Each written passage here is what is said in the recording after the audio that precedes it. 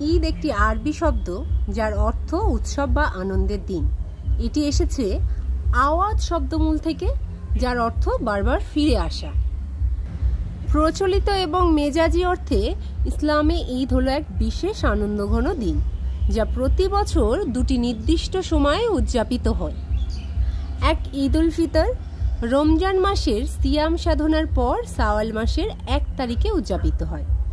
2, ঈদ উল আজহা জিলহজ মাসের 10 তারিখে কুরবানি উপলক্ষে পালিত হয়।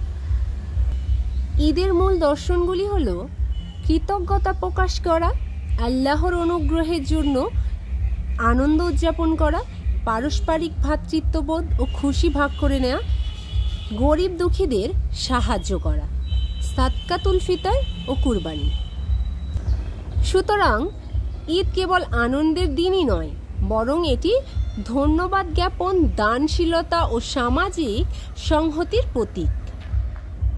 এখন কথা হচ্ছে, ঈদের আনন্দের সাথে ধন্যবাদ জ্ঞাপন, দান এবং সামাজিক সংহতি প্রকাশ এগুলো যুক্ত করা হলেও মূলত এগুলো সারা বছরই করার বিষয়। ঈদের মূল অর্থই হচ্ছে আনন্দ। কথা হচ্ছে সেই আনন্দ কিসে? রোজাদারের আনন্দ বলতে সে বিশেষ সুখ বা আত্মার তৃপ্তিকে বোঝানো হয়, যা একজন সিয়াম পালনকারী ব্যক্তি রোজা রাখার পর অনুভব করেন।